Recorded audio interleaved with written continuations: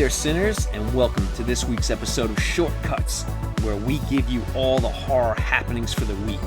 Join your hosts, Sean O'Connor and Shannon Bushman-Montalbano, as we go over the books, the movies, the streaming, the events, and all the latest news, delivered right into your sweet little ears, all in under a half hour. You want to know about that latest movie that's dropping this week? We got you. You want to know about that latest novel from your favorite horror author? We've got you. You want Sean to give you a release date 3 years from now for a movie you've never even heard about? We got you. So sit back, tune in, and we'll take it from here as you listen to this week's episode of Shortcuts. Oh, sweet Jiminy Crickets. Hey, everybody, it's Shortcuts, that time of the week where we take all the horror happenings and we condense it into little bite-sized morsels, and then it's like Voltron, we assemble each other, and we give it right to you. Right into your mouth. Right into your ear hole, your mouth, whatever. Graphic. Yeah. Yeah, very graphic. Hey, look at this. Yay, we have shirts.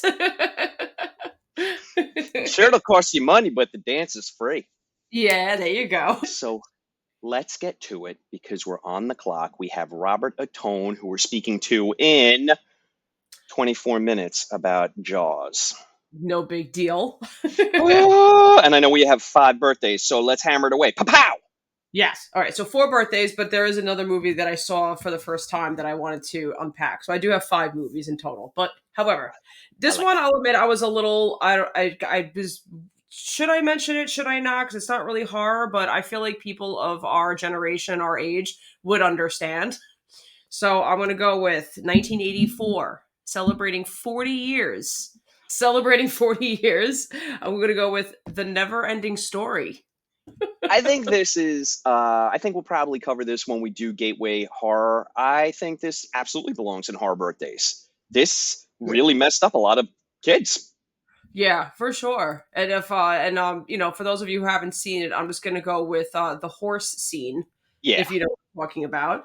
The crew was literally crying, like filming it. The people behind the cameras literally crying, even though it's all, the horse obviously is safe and everything like that, for the most part, but it was a traumatizing scene, and I still haven't gotten over it, actually. I think if you were a kid and you saw that, not a chance in hell that you're going to be able to bounce back. No, okay. Definitely not, but that's a good one. That definitely belongs in the Horror Birthday. So yeah, I'd love to I'd be excited to unpack that definitely more, but either way, gotta move on. Sorry, shortcuts.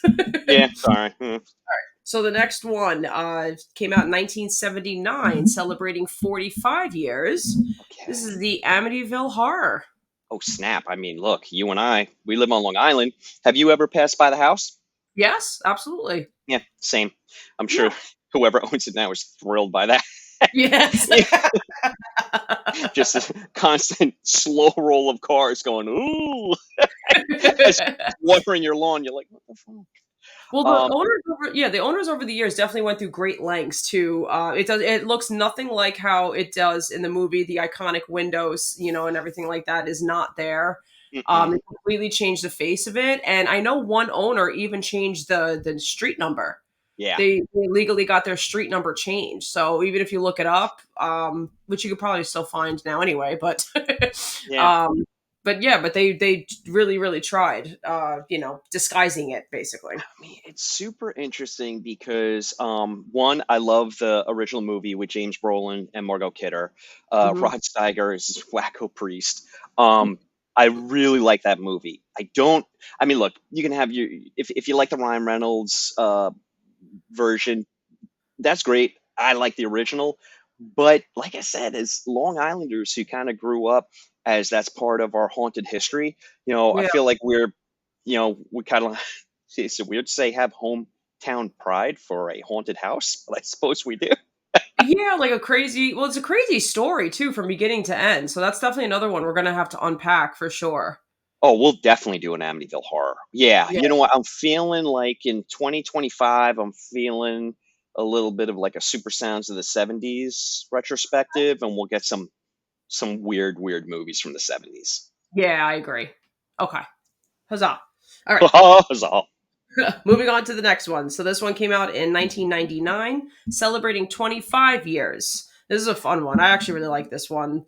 This is Deep Blue Sea. Oh, please. Hot Sharky Summer all day long with this movie. Yeah. Yeah. I like this movie so much. And I also feel like, and we'll probably talk about it with Robert when we get into Jaws in a little bit, I feel like this was one of the good ones that came out. I I mean, agree. well after Jaws. That's how long it took to finally Like, get like a good shark movie.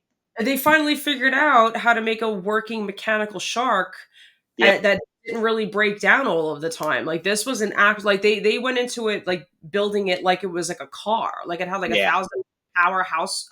My God, sorry, don't know cars, Cinners, but obviously, but had like 1,000 friggin' Horsepower? horsepower. Thank you. Meanwhile, I know less about cars, so I was like, yeah, powerhouse. That's spot on. That sounds about right. I was thinking horse engine, and I'm like, no, that's wrong. Love that movie. And that movie again, I mean, geez, Shannon, we're stacking up our to-dos, but we're gonna have to do that one by itself. Oh, absolutely. And to end this on another movie we're definitely going to have to do by itself as well. Came out in 1989, so celebrating 35 years. This is Jason Takes Manhattan. Oh my goodness gracious. Friday the 13th, part 8. Did he ever give it back? That's what we want to know. He took it, and where did it go? And where did it go? I'm oh boy, I don't. I feel like we need Lowell from Macabre Daily with this right now, because I'm like, I love the title. I'll stop there. But Lowell would be like, this movie's good. And Matt would be like, this is my favorite movie. Yeah. No, it's definitely a controversial movie for sure because the Manhattan sequence was like only like 15 minutes. Right? The rest of it was on a boat, which was outside of Vancouver. It's Yeah. like, all right, Kudos to the marketing department and whoever thought of Jason Takes Manhattan. Come on. That's like chef's kiss right there. Oh, So for sure. you gotta love that. I mean, we keep threatening that we're going to do the Friday the 13th franchise. Yeah. We are definitely doing the Nightmare on Elm Street franchise, and we're coordinating that with Lowell from Macabre Daily. Yes. This is going to just be one of those that, like, it's just the point of diminishing returns that I worry about. But we'll have fun with those junky ones at the end. Those will probably be the ones that we want to talk about the most. I agree. This will be an interesting conversation, but yeah, that's what I have for birthdays. Okay, let's talk movies. It is long legs, long legs, long legs. So that is what is dominating horror at the movies at the moment. But we have a couple of releases that are getting short runs. So I just want to put this on everyone's radar. We have Oddity, which is from the director who did Caveat, an Irish director. Now, if you haven't seen Caveat, I've been, crowing about this movie to anyone who will listen, which is very few people, but it is really, really good. It's a small film, but it packs a wallop and it's incredibly well made. And I'm hearing that Oddity is along the same lines. Like, it's a small movie, but it is gathering buzz as, I don't know, maybe sleeper horror movie hit of the year. Oh, wow. Okay. Right? So I'll let you know because I am going to go see it for a double feature on Tuesday. I'm going to go check out Longlegs and I'm going to go check out Oddity. Why do I say that word weird? Oddity. It's pronounced Oddity. It's not pronounced Oddity. You want to pronounce all of the letters? It's fine. It's my first. Sean's been taken over by an alien, and it's his first day learning a language. Oddity. Then we have The Beast Within, starring Kit Harington, Jon Snow from Game of Thrones, werewolf movie. I'm hearing good things about it, and I'm hearing really good things about his performance. The reason I bring these up is because AMC, which is our local theater chain here in New York, AMC does something that I really, really love. If you go onto your local AMC website, and Sinners, your full disclosure, we don't get paid by AMC, nor do they even know who the fuck we are. But if you go on to the AMC website, get the app or whatever, and you check out your local theater, what they do a very cool thing, which is they'll have Twister and Deadpool Wolverine and the major ones in 15 of their 16 screens. But they'll take certain showings during the day and they'll kick this a little movie like Oddity in there, or The Beast Within. Typically, it's going to be the smaller theater, but like they'll save the major ones for, like I said, Deadpool Wolverine or Twisters. They'll save the IMAX and the Dolbys. The smaller theaters, when they have to walk all the way down the hallway for, instead of showing Deadpool in that screen just another time, they'll give a smaller film a shot, which I think is really super cool of them to do. And it gives horror movie, because really they lean into horror. It gives horror movie lovers the chance to see smaller films on the big screen, which we don't get a lot, No, we don't.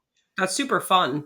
Yeah. So I just want to give them kudos, even though they're a big, gigantic, conglomerate, and they are probably responsible for, horrible thing. I'm just totally kidding. AMC, don't sue us. They're giving for a lawsuit, Sinners. I swear to God. I've been so good for so many episodes. Ooh, you actually have. Right? That one was scary. How close I came there. AMC, love you. Check it out. Like I said, that's how I found Oddity and Beast Within, and so maybe I'll check out Beast Within as well, and do a triple feature. Who knows? I'm gonna get crazy. Why not? All right. Look, because I'm an idiot and I can't keep track of time, I'm just going to mention the books and I won't go into the synopsis. But as always, go to Emily Yu's incredible website, read Jump Scares. It's all waiting there for you. We have Junji Ito has released Allie. It is 10 blood-curdling short stories. If you know Junji Ito, like I know Junji Ito, you got to read this book and it's going to mess you up. Then we have Joelle Wellington's The Blonde Dies First and Josh Winning's Heads Will Roll. Again, Josh and Joelle, I will put your books in the show notes. Sorry that I didn't have the time to explain them further, but check them out. Read books, read horror books. It's so good. Go get them. They're waiting for you. Go get them. Okay. So streaming is really quick. We've got In a Violent Nature. If you have AMC Plus, then you can watch In a Violent Nature today. Mm-hmm. And there you go. Rolling that directly into our horror movie news, they just announced In a Violent Nature 2, which I think will surprise no one. Seriously. Yeah. I'm curious how they're going to pull this one off, but we'll see. Because is it going to be the same exact scenario? Because then if it's just going to be a replica of the first one, Yeah. Yeah, we're thinking the same thing, because I'm like, hopefully they've listened and they've taken some of the criticism for the slow pace and the praise for the brutal kills, and they're going to, mix your chocolate with my peanut butter and come up with maybe a little bit of a faster pace, but keep those, like, how do you top your kill? I don't want to spoil it, but you know what I'm talking about. Yeah, especially when there was such like an artistic viewpoint to make this movie, that it might work better on its own. But I mean, I don't know. Maybe I'll get surprised. Yeah, but yeah. Right now, I think the sequel is a terrible idea. Just saying. I love it. Okay. I'll go through the news real quick. So actually, there's a decent amount. Okay. Simon Barrett, who directed You're Next and a real favorite of mine, The Guest, with Scream Queen leading champion Dan Stevens. Oh, gotcha. I was just going to say Dan Simmons. I'm like, okay. Yeah. Okay. Simmons is a kid I went to high school with. He is not in the movie. Simon Barrett's next film, Azrael, with Samara Weaving, who we love, is coming to theaters September 27th. I wanted to announce that because that is a release date that is within this century. So all the all the online hate I've been getting for, hey Dick, I don't care about a movie 5 years from now. This one's coming out in 2 months. Leave me alone. Oh, uh, here's something nobody was asking for, but I love Jordan. I love Jordan Peele so much, but he's bringing back Scare Tactics, which I enjoyed watching, but it always gives me anxiety because I'm like, someone's going to get hurt and it's going to be a lawsuit. Yeah. So, Oh Lord. yeah, someone's definitely going to have a heart attack. But he's bringing that back, so okay, we'll see. Alright. Um, oh, okay, this is exciting. Okay, there's a movie coming out with Kyle MacLachlan, David Krumholtz, called Alter. They Okay. just A24 is making it. They just announced it. Now, Shannon, it's exciting for everyone because this is based off a short story by Philip Fracassi. Now, Philip Okay. Fracassi will be coming on this little sweet show in just a couple of months to talk about Drag Me to Hell. Oh, that's right. He's doing that one. Yeah. So, Philip, if you don't think we're going to jump on you like a spider monkey to ask you all about Alter, well, then you don't know us very well. He actually doesn't know us at all. Spoiler alert. But we're going to get to know Philip, so it's going to be great. Oh yeah. It'll change by then. So I'm so excited about that. I love the cast. I know people hear A24 and they're like, some people are like, I kind of love the movies they put out. So I never really understand the hate that comes at them. Some people just can't help being super judgy, I think. Yeah, I guess you're right. But Jerkos. Okay, we have from the director Colm McCarthy, who directed Girl with All the Gifts, which is kind of a cool little zombie movie okay. ish. Very well made.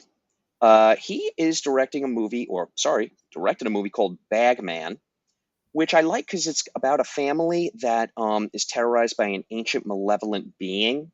The trailer comes out next week, so of course we'll be talking about that trailer. I'll be pointing everybody toward that for next week's shortcuts. But good director, made a really good movie that looks great, and he's getting to release Bagman, which seems to have a pretty cool mythology attached to it. Kind of like everything about that. So, want to put this on Cinners' radars. And then we've got San Diego Comic-Con's going on right now. So there's a lot of, there's, of course, a lot of superhero stuff, but there's a lot of horror stuff as well. One Okay. of which is they released the teaser trailer for Teacup, which is based on Robert McCammon's Stinger, and that's going to drop on Peacock in October. So if you are unfamiliar with the novel Stinger, it's a banger. I'm talking about like the 80s horror when if you were a kid, you were gonna get killed to death. Like zero fucks given for, and nobody was safe. I'll just put that out there. So we love that. I can't wait to see Teacup. That sounds like it's going to be great. Here's one that when I read about it, my head exploded 5 times in slow motion like a Cronenberg film. Grady Hendrix' novel, The Southern Book Club's Guide to Slaying Vampires, which is probably one of my favorite novels in the past 5 years, is coming to HBO. They're going to turn it into a limited series. I think it's limited. Please be limited. But they're turning it into a series. Shannon, when I tell you, oh, this is going to be good. It's going to be real good. Danny McBride is attached to it. Now, I know people are probably like, well, Danny McBride, he does a lot of comedy. Well, Danny McBride, like it or not, he just was attached to the Halloween trilogy that we had. Oh, right. I know it's divisive, but he's got horror, he's got a horror CV. So, yeah, I'm going to give that one let's see what happens. I have really good feelings about it. I think this is one that you're going to love. Okay. Michael C. Hall is returning as Dexter in Dexter Resurrection. How do you feel about that? Yeah, I saw that. I'm wondering. The only question I have is how, but I agree. yeah, how. But Mm. okay, sure.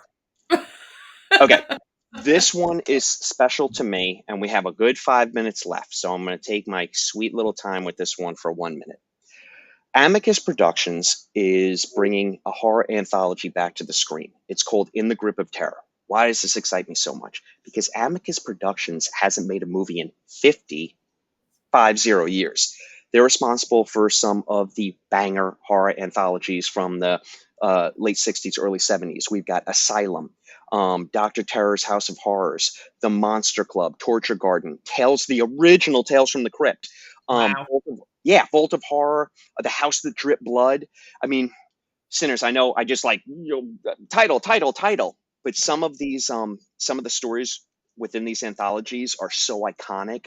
There's the one where the asylum patients torture the doctor who's been torturing them methodically for years. And it's the one where he comes to a little narrow passageway that he has to get out because there's a German Shepherd's going to attack him. And it's got razor blades embedded in the walls. And it's like this much room and he's got to get through there. And then they turn the lights out. Oh my God. It's so good.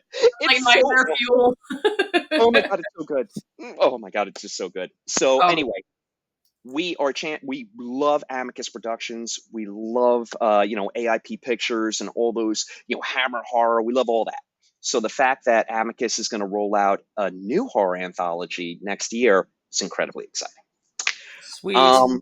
Yeah. All right, let's wrap up with trailers. Terrifier 3, which interests me not at all, but it's out there.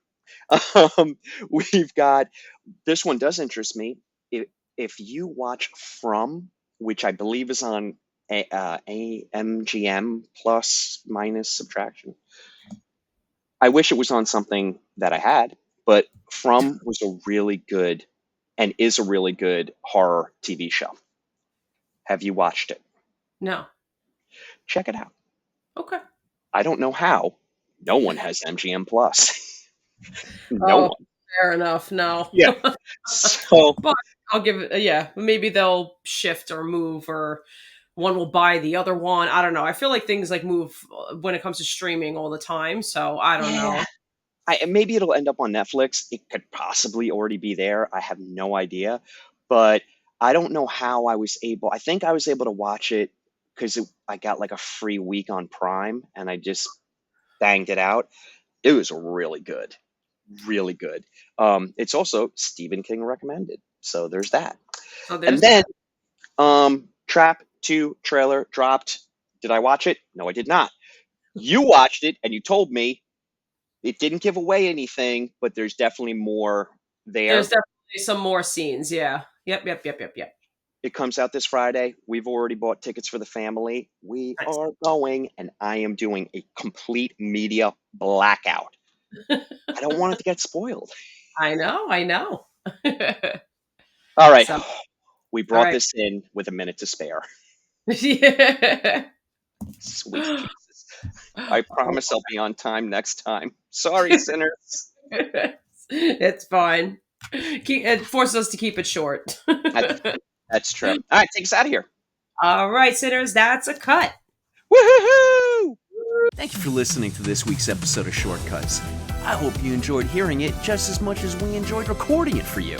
If you did enjoy it, would you please leave us a review on Instagram, YouTube, Spotify, the bathroom wall at the local gas station, wherever. We'd really appreciate it. If you rate and review us, it goes a long way to getting the word out about Sinful Cuts. Can't thank you enough. Until next time,